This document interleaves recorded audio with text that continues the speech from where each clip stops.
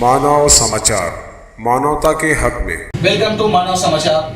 दोस्तों, जैसे कि आप सभी लोग जानते हैं, मानव समाचार ने शुरुआत से ही मालेगांव शहर से टैलेंट को ढूंढने की कोशिश की और मालेगांव शहर के ऐसे अनमोल रत्न को आपके सामने लाने की कोशिश की है जिन्होंने वाकई में मालेगांव शहर का कहीं ना कहीं नाम किया है। तो ऐसे ही हमारे बीच मौजूद है समीर सोनी, जिन्होंने फोर फॉक्स प्रोडक्शन के अंडर में ग्लैमर इंडिया 2021 का खिताब जीता है। तो आइए अब हम आपको उनसे इंट्रोड्यूस करवाते हैं और जानने की कोशिश करते हैं कि इतना बड़ा खिताब मालेगांव शहर के नाम करवाना इनके लिए कैसे आसान हुआ, कौन कौन सी कोशिश की समीर सोनी जी ने। आइए अब उनसे बात करते हैं। समीर जी, आपका मानव समाचार में स्वागत है और इस्तेकबाल करते हैं हम आपका। हम जानना चाहेंगे कि फोर फॉक्स प्रोडक्शन क्या चीज़ है? फोर फॉक्स प्रोडक्शन जो है तो ये प्रोडक्शन हाउस है।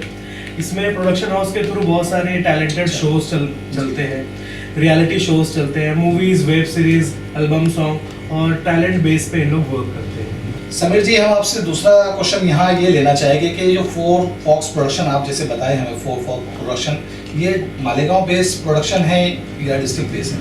नहीं, ये ऑल ओवर इंडिया बेस्ड है, इंडस्ट्री से रिलेटेड है, बॉलीवुड इंडस्ट्री से रिलेटेड है और पुणे में है इसका फॉर्म।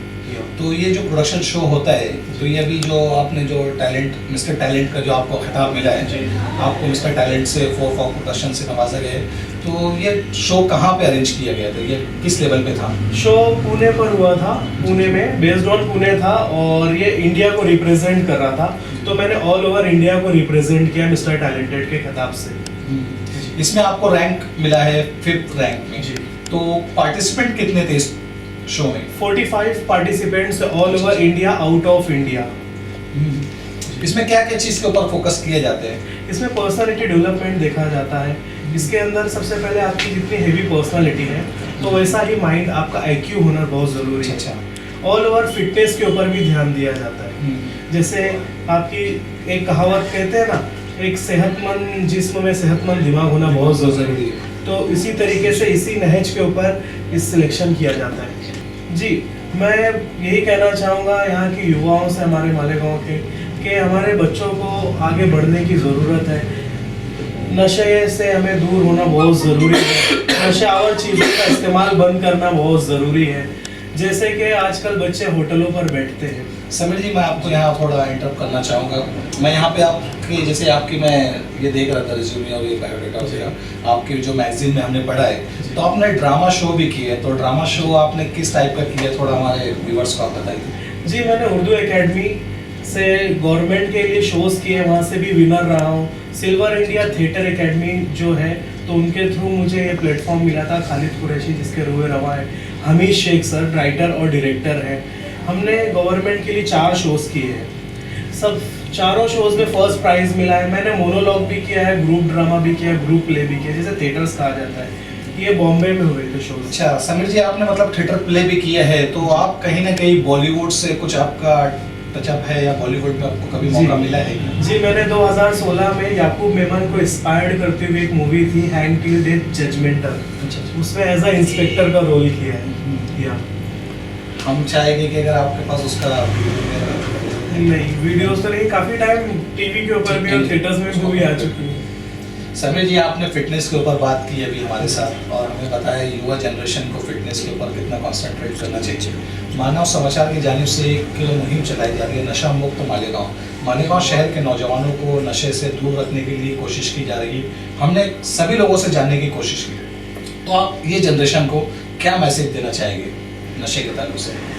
नशा एक इतनी बुरी लत है जो एक बंदे के साथ में, एक शख्स के साथ में पूरे परिवार को तबाह कर देता है। बंदा, वो जो शख्स नशा करता है वो तो खुद परेशान होता ही है, उसके माँ बाप के ऊपर क्या बीतती है जी। ये बहुत ज़्यादा सोचने वाली बात एक आ जाती है।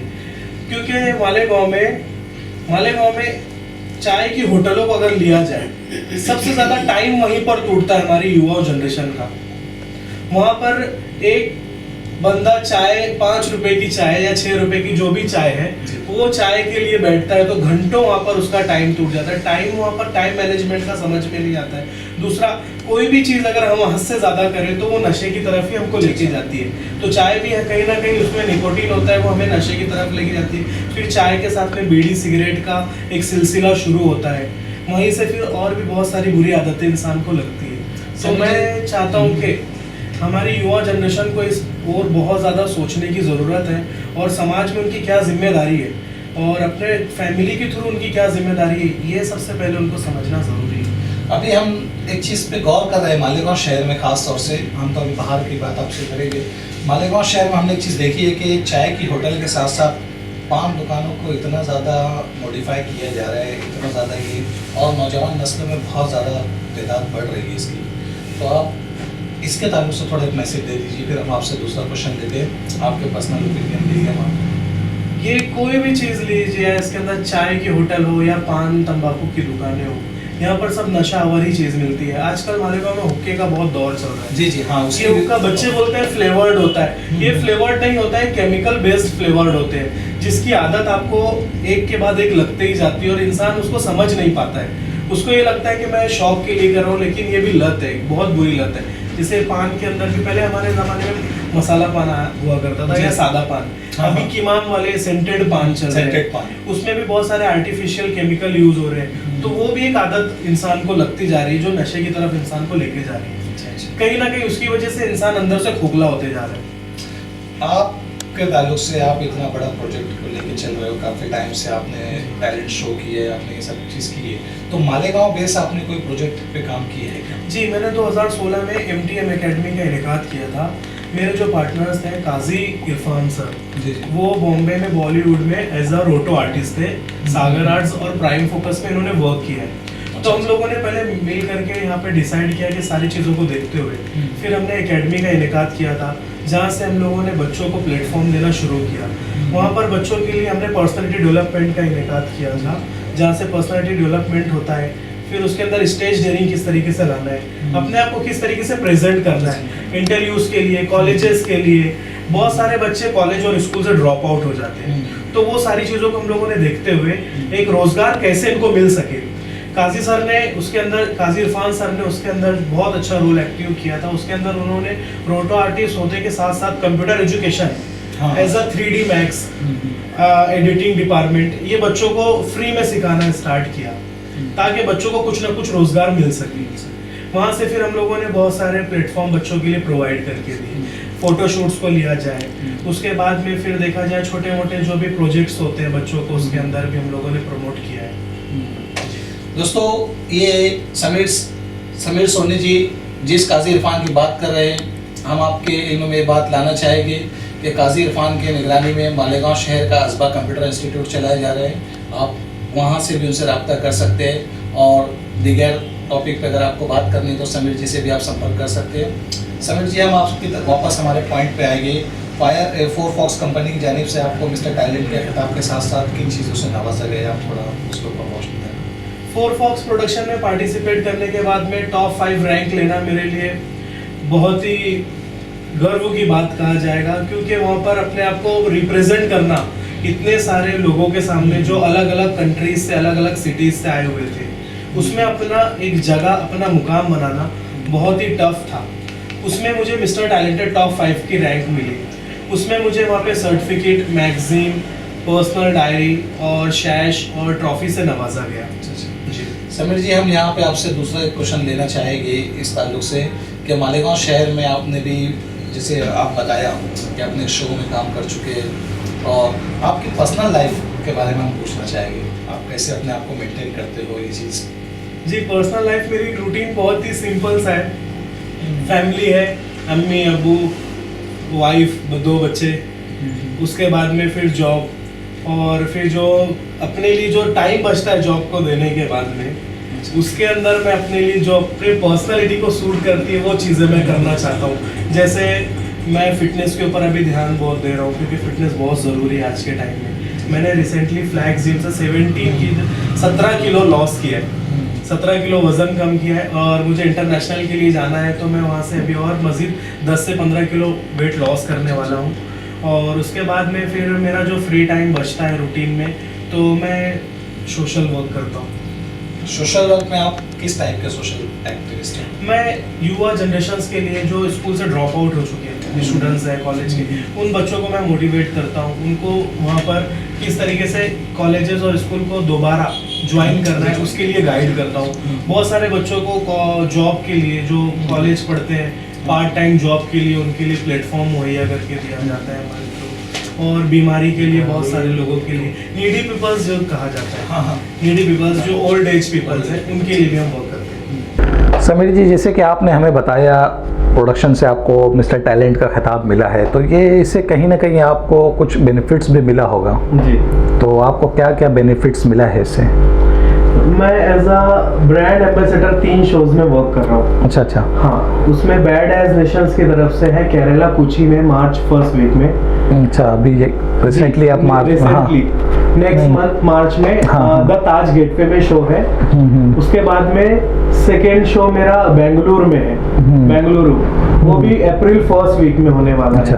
और उसके बाद अगेन मैं अभी 14 फेब को 2 दिन बाद जी मिस्टर इंडिया MFDF की तरफ से रिप्रेजेंट कर रहा हूँ। मिस्टर इंडिया MFDF जो फेडरेशन है ऑल ओवर इंटरनेशनल बेसिस पे वर्क कर रही है, और साथ ही साथ मेरा कलर्स मराठी के साथ में भी टाई अप चल रहा है। समीर जी, फॉक्स प्रोडक्शन के अंडर में जो आपको खिताब दिए गए, तो हम चाहेंगे कि आप हमारे व्यूवर्स को आपके जो खिताब है, आपको जो मेडल्स मिला है और डायरी वगैरह थोड़ा स्क्रीन पे आप, या फिर जो बेल्ट होता है किस तरीके से ये बेल्ट लगाया जाता है, थोड़ा आप बता दीजिए। सबसे पहले तो ये सर्टिफिकेट है मिस्टर टैलेंटेड का सर्टिफिकेट आप देख रहे हैं स्क्रीन पे। उसके बाद ये मैगजीन है, 4 फॉक्स प्रोडक्शन का मैगजीन है। ये मैगजीन के अंदर मेरा पूरा इंट्रो दिया हुआ है अबाउट 4 फॉक्स प्रोडक्शन, भी इसमें काफ़ी सारी डिटेल्स है। 4 फॉक्स प्रोडक्शन के डायरेक्टर्स है, यहाँ पर कोरियोग्राफर्स है, यहाँ हमारे ब्रांडिंग्स है 4 फॉक्स की, और यहाँ पर मेरा प्रोफाइल दिया हुआ है 4 फॉक्स प्रोडक्शन में। इसी के बाद ये मेरा फाइनलिस्ट का शैश कहा जाता है इसे, ये हमारी इंडस्ट्री में बहुत ज़्यादा इम्पोर्टेंस रखता है शैश। ये शैश दिया जाता है फाइनलिस्ट कंटेस्टेंट्स को, उसके बाद में फाइनलिस्ट कंटेस्टेंट्स के बाद में फिर विनर्स के लिए शैश होता है। अच्छा, विनर्स के लिए अलग से विनर्स के लिए पार्टिसिपेशन के वो लिए, फाइनलिस्ट पार्टिसिपेशंस के लिए होता है। अच्छा। और ये विनर्स के लिए होता है। यहाँ पर हमारे टैलेंट जो दिया जाता है अवार्ड्स, उसके नेम्स दिए जाते हैं। जैसे मिस्टर टैलेंटेड है तो उनका नेम होता है और प्रोडक्शन का नेम होता है, और ये हमारा क्राउन होता है, मेल क्राउन कहा जाता है इसे। This is my male crown. उसके बाद मेरा अपॉइंटमेंट डायरी है और प्रोडक्शन की तरफ से प्रोडक्शन का ताकि मेरे ईयर जितने भी प्रोडक्शंस के थ्रू मुझे वर्क मिले, इसके अंदर पूरा उसका रिकॉर्ड रहे। बहुत अच्छी बात है समीर जी। हम आपसे ये जानना चाहेंगे कि वो फॉक्स प्रोडक्शन को अचीव करने के लिए जो आपको माइलस्टोन्स थे, तो आप थोड़ा उस पर रोशनी डालिए कि इसमें सिलेक्शन किस बेस पे होता है, कि आम आदमी भी इसमें पार्टिसिपेट कर सकता है या नहीं। इसके अंदर सबसे पहले तो ऑडिशंस बेस होता है। 4 फॉक्स प्रोडक्शन ने एक क्रिएटिव लॉन्च किया था मिस्टर इंडिया 2020 के लिए। वो मुझे क्रिएटिव सोशल मीडिया से मिला, फिर मैंने उसको फॉलो किया। मैंने ऑनलाइन और ऑफलाइन दोनों तरीके से ऑडिशंस दिए। मैंने दिल्ली भी जाके इसके ऑडिशंस दिए थे और ऑनलाइन घर से भी ऑडिशंस दिए थे। दोनों बेसिस पे मेरा सिलेक्शन हुआ। उसके बाद फिर उन्होंने मुझे फोटोशूट्स के लिए टास्क कहा था, फिर मैंने वो भी फाइनल में जाके उसका भी शूट्स वगैरह करवा के उनके लिए मुहैया किया था, वो दिया हुआ था। उसके बाद में फिर उन्होंने शो के लिए हम लोगों को इनवाइट किया। वहाँ पर शो में जाने के बाद में जैसे 20 जनवरी को शो हुआ, तो उसके 2 दिन पहले 18 और 19 को हमारे टैलेंट राउंड होते हैं। वहाँ पे हमें ग्रूमिंग के लिए बुलाया जाता है। तो ग्रूमिंग के लिए IIFA Filmfare choreographer, official choreographer Chaitanya Gokhale थे, जो ऑफिशियल कोरियोग्राफर है बॉलीवुड इंडस्ट्री से। उन्होंने हमें ट्रेन किया। उसके बाद में चंद्रकला सनाप जो मैम है, बॉलीवुड से सांसद भी है मैम, और चाशा इंस्टीट्यूट की डायरेक्टर हैं। Femina miss India, Peter England mister India की डायरेक्टर है मैम। तो मैम ने हमें ट्रेनिंग्स दी किस तरीके से हमें खड़े रहना है, किस तरीके से हमें बात करनी है, क्या हमारा प्रोफाइल होता है, कैसे हमको सामने अपने आप को रिप्रेजेंट करना है ऑन रैम्प। तो ये सारी ट्रेनिंग हमको एज अ प्रोफेशनल मेंटोर्स के थ्रू मिलता है। उसके बाद में फिर हमारे डिजाइनर थे विपिन राठौड़, जो दिल्ली से बिलोंग करते हैं, उनके कलेक्शंस पहन के हमने रैम के ऊपर परफॉर्म किया। मतलब ये टैलेंट शो का खिताब जीतना इतना आसान भी नहीं समझा जाना चाहिए। इतने ढेर सारे माइलस्टोन्स को कवर करके आपने ये खिताब जीता है जी, ये हमारे मालेगांव शहर के लिए काफ़ी बड़ी बात है जी। फिर इसके बाद में यही नहीं, इसमें फिर क्वेश्चंस बेस्ड राउंड होते हैं। जी इसमें क्वेश्चंस बेस्ड राउंड होते हैं, 4 से 5 राउंड होते हैं, जिसमें क्वेश्चन आंसर किया था। लाइव होता है ये, लाइव डिटेक्टर जिसे कहा जाता है, जहाँ पे आप झूठ भी नहीं बोल सकते या। तो इसी नैच के ऊपर उन्होंने मुझसे क्वेश्चंस भी किए थे, जिसको हमें बिना पॉज लिए और पॉजिटिवली उसका आंसर देना है, शॉर्ट एंड स्वीट तरीके से, क्योंकि मुद्दे पर ही बात की जाती है, जहाँ पे ज्यादा टाइम नहीं मिलता है। अभी जैसे कि हमने आपसे बातों में ये पूछा कि आपका जो एक प्रोडक्शन था मालेगांव के लिए आपने काम किया है, तो अभी मालेगांव के लिए आपका अगला कदम क्या है, मालेगांव शहर के नौजवानों के लिए?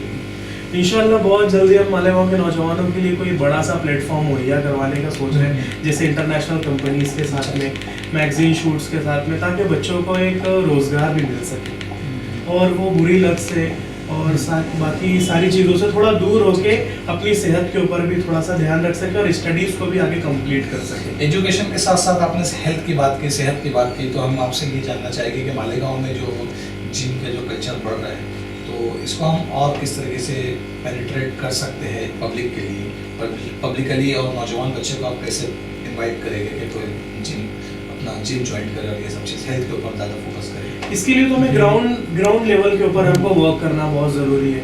जैसे हमारे मालेगांव के अंदर बच्चे बहुत ज़्यादा गरीब घर में बहुत टैलेंटेड है बच्चे, तो हम उनके लिए सस्ते से सस्ती चीज़ें मुहैया करवाएंगे, जैसे जिम उनके लिए फ्री करवा देंगे, ताकि एक बेस उनको फ्री में मिल सके, ताकि वो वहाँ जाके अपनी सेहत का ध्यान रख सके। तो इसमें आप कोई पॉलिटिकल सपोर्ट चाहेंगे? जैसे मालेगांव शहर में काफ़ी ढेर सारे ओपन स्पेस बोलना चाहिए इसी तरीके से ज़ाहिर हो रहे हैं जी, कल्बों के और अदारों के नाम के, तो आप हमारे चैनल के माध्यम से मालेगांव के पॉलिटिशियन को कोई ऐसा एक मैसेज दीजिए, ताकि जो मालेगांव के पॉलिटिशियन उसके ऊपर काम कर सके आने वाले दौर में। जी, मैं तो यही चाहूँगा कि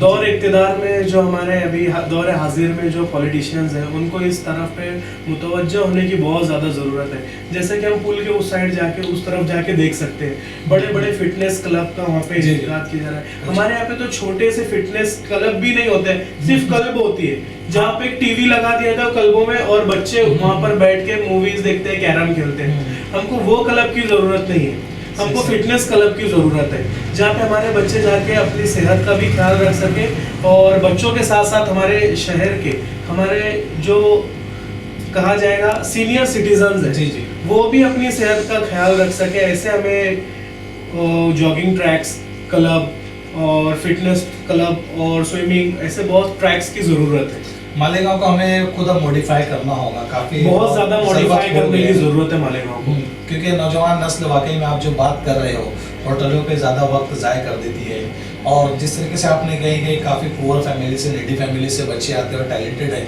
तो लास्ट शो आपका जो मालेगांव में हुआ था, जैसे आपने बताया लॉकडाउन से पहले एक एल्बम आपने कंप्लीट किया, तो उसमें मालेगांव के कुछ ऐसे आर्टिस्ट या कुछ ऐसे सितारे जो आपकी नज़र में अभी भी हो कि वो चमक सकते हैं, उनको अगर बड़ा मौका दिया जाए, बड़ा प्लेटफॉर्म दिया जाए, बेशक, तो उनके अगर आप हमें नाम बताएंगे तो इंशाल्लाह हम अगले शो में उनको भी हम इन्वाइट करने की कोशिश करेंगे। जी, मैंने रिसेंटली जो शो किए थे मालेगांव टॉप मॉडल एकेडमी की तरफ से, मॉडलिंग कॉन्टेस्ट हुआ था, मिस्टर एंड मिस महाराष्ट्र करके टैलेंट था, तो उसमें बहुत सारे बच्चे थे, तकरीबन 75 लड़कों ने उसमें परफॉर्म किया था मालेगांव से और आउट ऑफ मालेगांव, पूरे महाराष्ट्र से। अच्छा। 75 बॉयज थे, जिसमें से बहुत सारे बच्चों के अंदर काफी टैलेंट था, लेकिन वही कहा जाता है कहीं ना कहीं फैमिली बैकग्राउंड को लेके वो ड्रॉप आउट कर जाते हैं। तो वो सारी चीज़ों को देखते हुए तो मैं यही चाहूँगा कि उनको आगे हम प्रमोट करेंगे बहुत जल्दी। और एक और मेरा युवा जनरेशन के लिए बहुत ही ज़रूरी और अहम जो कहा जाएगा सुझाव है कि प्लीज़ मेहरबानी करके आप अपनी फैमिली का ध्यान रखें और हाईवे पर जाना बंद करें, और अपनी जो बाइक है उसकी स्पीड को आप कंट्रोल रखें। ये बाइक आपकी फैमिली की और आपके लिए है, पब्लिक के लिए नहीं है। स्पीड किसी के लिए नहीं होती। इसके लिए हमको हमारी खुद सेहत के साथ साथ रोड पर, रास्तों पर जो और लोग चलते हैं, पैदल हैं, घोड़सवार हैं, बाइक सवार हैं, साइकिल सवार हैं, इनका भी ध्यान रखना बहुत ज़रूरी है। कहीं ना कहीं बहुत सारे हादसा हो रहे हैं, हादसा बढ़ गए मालेगांव। हाईवे पर जाने की ज़रूरत ही नहीं है, होटलों पे जाके क्या करेंगे आप? सही है। अभी समझ जी हम आपसे लास्ट क्वेश्चन ये लेना चाहेंगे यहाँ पे हमारे शो का हम खत्म करते हैं, और आपसे लास्ट क्वेश्चन ये कि जो हम हमारे जो हाइजीनिक कंडीशन है मालेगांव शहर की और मालेगांव शहर में जो न्यूट्रिशन है, इसके ऊपर हमें हेल्थ के ऊपर खाने में, या फिर अगर मेरी बात करूँ तो मैं अपने आप को किस तरीके से फिट रख सकता हूँ, न्यूट्रिशन में क्या लेना चाहिए और किस तरीके से हमें टाइम मैनेजमेंट थोड़ा बता दीजिए उसके सबसे पहले तो आपको चाय बंद करनी पड़ेगी। बहुत बड़ा स्ट्रगल है मालेगांव हाँ, के ये लिए। मालेगांव के लिए चाय बंद करना। जी चाय बंद कर दीजिए, कार्बोहाइड्रेट्स जिसे कहा जाता है, तो अपनी प्रोटीन डाइट जो कहते हैं आप, उसके अंदर वेज नॉन वेज दोनों को प्रॉपर मील जो रहता है हमारा time to time Time to time। और 5 टाइम में उसको डिवाइड करें। 5 वक्त में हमको खाना खाना है चाहिए। और वो भी हेल्दी फूड्स खाने हैं। लेकिन हम ये देखते हैं कि बस एक टाइम खाना होता है, फिर उसके बाद दूसरे दिन खाना खाएंगे अक्सर। नहीं, सबसे बड़ा डिसबैलेंस और नुकसान बॉडी का वहीं पर होता है। अगर आप न्यूट्रिशन से भरपूर, देखो माशाल्लाह हमारे यहाँ तो मालेगांव में सभी चीजें बहुत इफरात है। फ्रूट्स भी ले ले, सब्जी भी ले ले, गोश्त भी ले ले, अंडा भी ले ले। तो हमें एक न्यूट्रिशन वाली डाइट लेनी है ताकि उसके अंदर वेजिटेबल्स भी आ जाए, फ्रूट्स भी आ जाए, और उसके साथ ही साथ हमें मटन चिकन सारी हमारे डाइट में तो माशाल्लाह होता ही है जी, वो। जी। तो उसी को एक प्रॉपर, बस हमें किस तरीके से खाना और कितनी क्वांटिटी में खाना है ये बहुत ज़रूरी है। और इसके साथ में हमको फिटनेस के लिए जिम भी जाना ज़रूरी है। अगर जिम नहीं जा सकते तो कम से कम वॉक करें, मॉर्निंग वॉक करें, या फिर रात में खाना खाने के बाद में अच्छा आप वॉक करके फिर आराम करके आराम से सो सकते हो। ठीक है, शुक्रिया दोस्तों। ये थे हमारे बीच समीर सोनी, जो काफ़ी स्ट्रगल के बाद इस खिताब तक पहुँचे हैं। ऐसे ही हम अगले शो में किसी और टैलेंट को आपके सामने लाएंगे। जब तक के लिए अलविदा। मैं अमजद यूसुफ, कैमरा मैन शहबाज के साथ। इसमें एडिट